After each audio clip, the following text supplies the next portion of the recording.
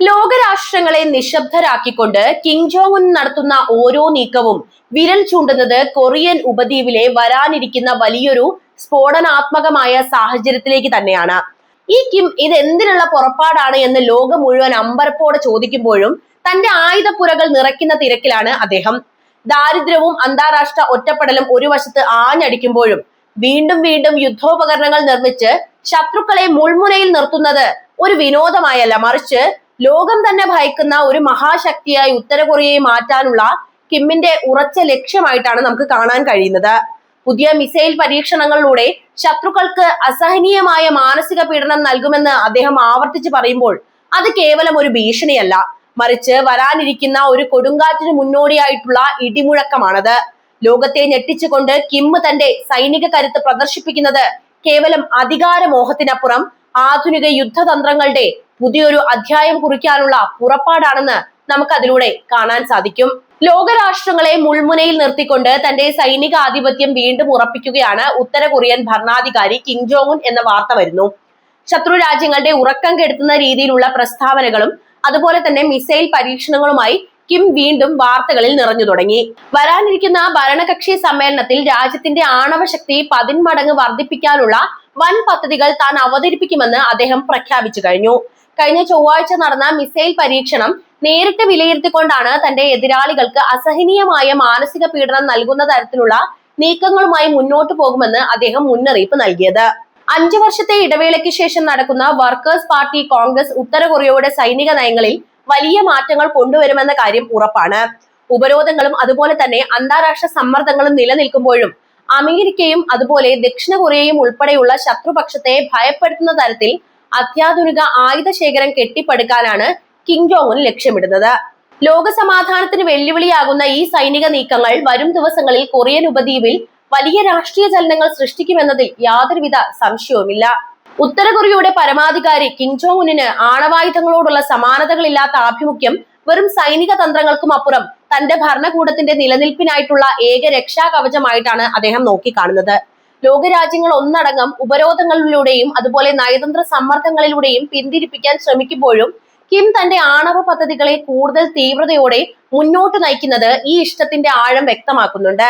5 വർഷത്തിൽ ഒരിക്കൽ മാത്രം നടക്കുന്ന നിർണായകമായ പാർട്ടി കോൺഗ്രസിൽ തന്റെ രാജ്യത്തിന്റെ ആണവ ശക്തി ഇരട്ടിയാക്കാനുള്ള പദ്ധതികൾ അവതരിപ്പിക്കുമെന്ന് അദ്ദേഹം പ്രഖ്യാപിക്കുമ്പോൾ അത് കേവലം ഒരു പ്രസ്താവനയായിട്ടല്ല നമ്മൾ നോക്കിക്കാണേണ്ടത്, മറിച്ച് തന്റെ ശത്രുക്കളെ മാനസികമായി തകർക്കാനുള്ള കൃത്യമായ നീക്കമാണ് കിം നടത്തുന്നത് എന്നതാണ്.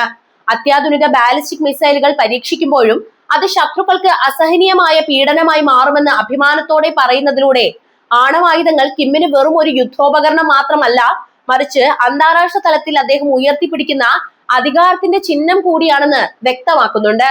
പാശ്ചാത്യ രാജ്യങ്ങളുടെ സൈനിക ആധിപത്യത്തെ ചെറുക്കാൻ ആണവായുധങ്ങൾ ഇല്ലാതെ സാധിക്കില്ലെന്ന കിമ്മിന്റെ ഉറച്ച വിശ്വാസം ഈ മാരകായുധങ്ങളെ പ്രണയിക്കുന്ന ഒരു ഭരണാധികാരിയുടെ ചിത്രം തന്നെയാണ് ലോകത്തിന് നൽകുന്നത്.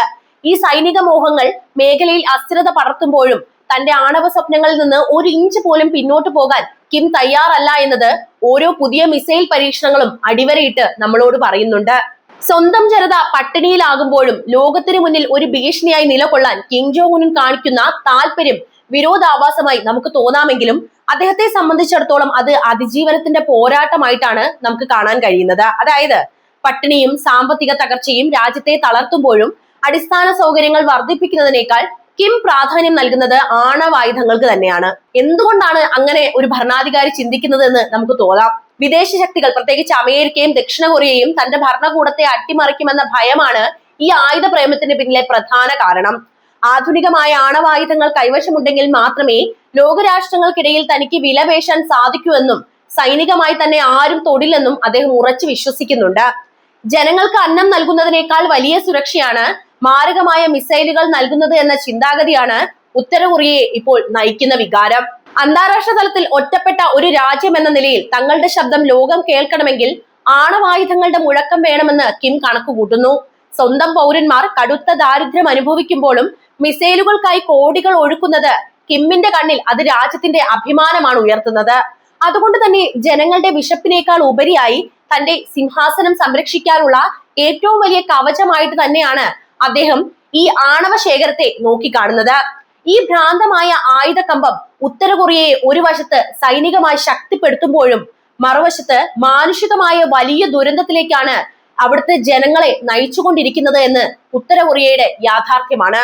ഉത്തര കൊറിയയുടെ ആണവായുധ മോഹങ്ങളെയും സൈനികാധിപത്യത്തെയും ചരിത്രത്തിന്റെ ചതുരംഗ പലകയിൽ വിശകലനം ചെയ്യുമ്പോൾ അത് 7 പതിറ്റാണ്ടുകളിലേറെ നീളുന്ന ഭയത്തിന്റെയും അതിജീവന തന്ത്രത്തിന്റെയും പകപോക്കലിന്റെയും കഥയാണെന്ന് നമുക്ക് വ്യക്തമായി തുടങ്ങും. എന്തുകൊണ്ടാണ് കിം ഇങ്ങനെ ചിന്തിക്കുന്നത് എന്ന് അവിടെയാണ് നമുക്ക് കിട്ടുക. രണ്ടാം ലോക മഹായുദ്ധത്തിന് ശേഷം കൊറിയൻ ഉപദ്വീപ് രണ്ടായി വിഭജിക്കപ്പെട്ടപ്പോൾ മുതൽ തുടങ്ങിയതാണ് ഈ സംഘർഷം.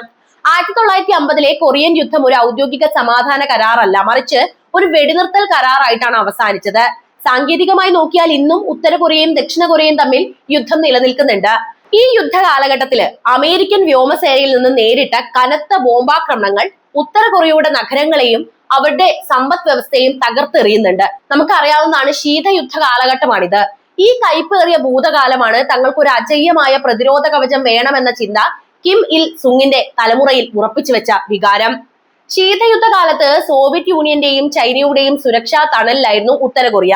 എന്നാൽ 1991 സോവിയറ്റ് യൂണിയൻ തകർന്നതോടെ ഉത്തര കൊറിയ പെട്ടെന്ന് അനാഥമായി. ഈ കാലഘട്ടം അവരുടെ ചരിത്രത്തിലെ ഏറ്റവും കറുത്ത അധ്യായമായിരുന്നു.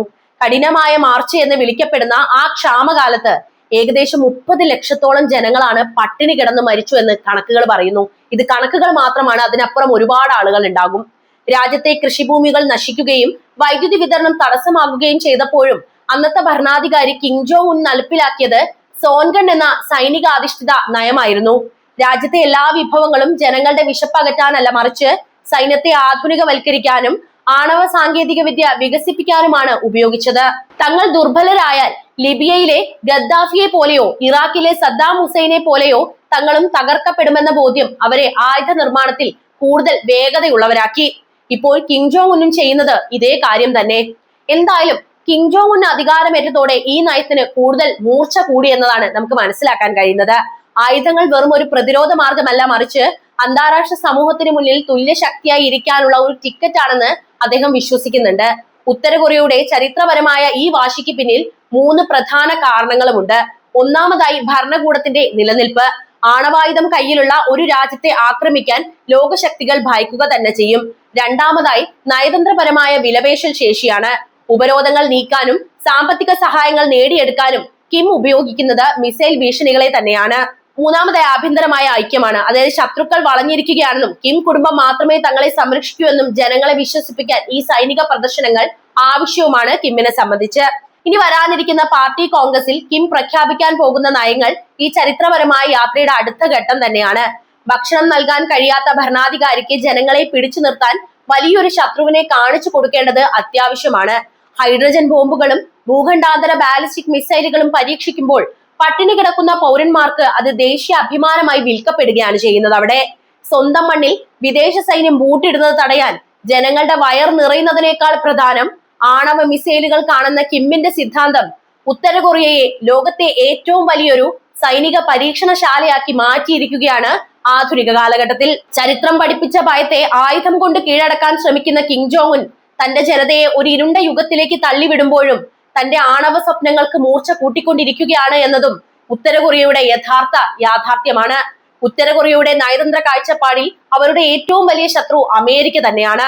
50കളിലെ കൊറിയൻ യുദ്ധകാലത്ത് അമേരിക്കൻ സൈന്യം നടത്തിയ ആക്രമണങ്ങളും അതിനെ തുടർന്ന് രാജ്യം നേരിട്ട തകർച്ചയുമാണ് ഈ ശത്രുതയുടെ അടിസ്ഥാനം.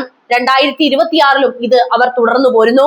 തങ്ങളുടെ ഭരണകൂടത്തെ അട്ടിമറിക്കാൻ അമേരിക്ക ഏത് നിമിഷവും ശ്രമിക്കുമെന്നും അതിൽ നിന്ന് രക്ഷപ്പെടാനുള്ള ഏക വഴി ആണവായുധങ്ങൾ മാത്രമാണെന്നും കിം ജോങ് ഉൻ വിശ്വസിക്കുന്നുണ്ട്. എന്നാൽ അടുത്ത കാലത്ത് ഈ ശത്രു പട്ടികയിൽ ദക്ഷിണ കൊറിയയ്ക്കും തുല്യ സ്ഥാനം ലഭിച്ചു. ഒരേ പാരമ്പര്യമുള്ളവരാണ് എങ്കിലും ദക്ഷിണ കൊറിയയെ അമേരിക്കയുടെ പാവയായും തങ്ങളുടെ അസ്തിത്വത്തിന് ഭീഷണിയായിട്ടുമാണ് കിം കാണുന്നത്. സമാധാനപരമായ ഏകീകരണം എന്ന പഴയ നയം ഉപേക്ഷിച്ച് ദക്ഷിണ കൊറിയയെ തങ്ങളുടെ ഏറ്റവും വലിയ ശത്രു എന്ന് അദ്ദേഹം പരസ്യമായി പ്രഖ്യാപിക്കുകയും ചെയ്തിട്ടുണ്ട്. തങ്ങളെ ഒറ്റപ്പെടുത്തുന്ന അന്താരാഷ്ട്ര ഉപരോധങ്ങളെയും നയതന്ത്ര സമ്മർദ്ദങ്ങളെയും ഉത്തര കൊറിയ ശത്രുതയോടെ തന്നെയാണ് നോക്കിക്കാണുന്നത്. സത്യം പറയുകയാണെങ്കിൽ പുറത്തൊരു വലിയ ശത്രു ഉണ്ടെന്ന് ജനങ്ങളെ നിരന്തരം ബോധ്യപ്പെടുത്തുന്നത് കിമ്മിന്റെ അധികാരത്തിന് അത്യന്താപേക്ഷിതവുമാണ്. എങ്കിൽ മാത്രമേ രാജ്യത്തെ പട്ടിണിയും ദാരിദ്ര്യവും മറച്ചുവെച്ച് സൈനിക ചിലവുകളെ ന്യായീകരിക്കാൻ അദ്ദേഹത്തിന് ഉത്തര കൊറിയയിൽ സാധിക്കുകയുള്ളൂ. അമേരിക്കയും ദക്ഷിണ കൊറിയയും ചേർന്ന് തങ്ങളെ നശിപ്പിക്കാൻ വരുന്നു എന്ന ഭീതി ജനങ്ങളിൽ വളർത്തുന്നതിലൂടെ തന്റെ ഏകാധിപത്യ ഭരണത്തിന് ഒരു സംരക്ഷണ കവചം തീർക്കുകയാണ് കിം ഉത്തര കൊറിയയിൽ ഇപ്പോൾ ചെയ്തുകൊണ്ടിരിക്കുന്നത്. ഇത്തരത്തിൽ ഭയത്തെ ഒരു രാഷ്ട്രീയ ആയുധമാക്കി മാറ്റിയിരിക്കുകയാണ് ഉത്തര കൊറിയൻ ഭരണകൂടം. എന്തായാലും ആ ഭയത്തിന് കൂടുതൽ ഭംഗി കൊടുക്കുന്ന വാർത്തകളാണ് ഉത്തര കൊറിയയിൽ നിന്ന് പുറത്തു വരുന്നത്. അപ്പോൾ കിമ്മിനെ കുറിച്ച് നിങ്ങൾക്ക് എന്താണ് തോന്നുന്നത് എന്ന് ഇപ്പോൾ തന്നെ കമന്റായി രേഖപ്പെടുത്തണം. വീഡിയോ ഇഷ്ടമാവുകയാണെങ്കിൽ ലൈക്ക് ചെയ്യാനും കൂടുതൽ ആളുകളിലേക്ക് ഇതെത്താൻ ഒന്ന് ഷെയർ ചെയ്യാനും പ്രത്യേകം ശ്രദ്ധിക്കുമല്ലോ.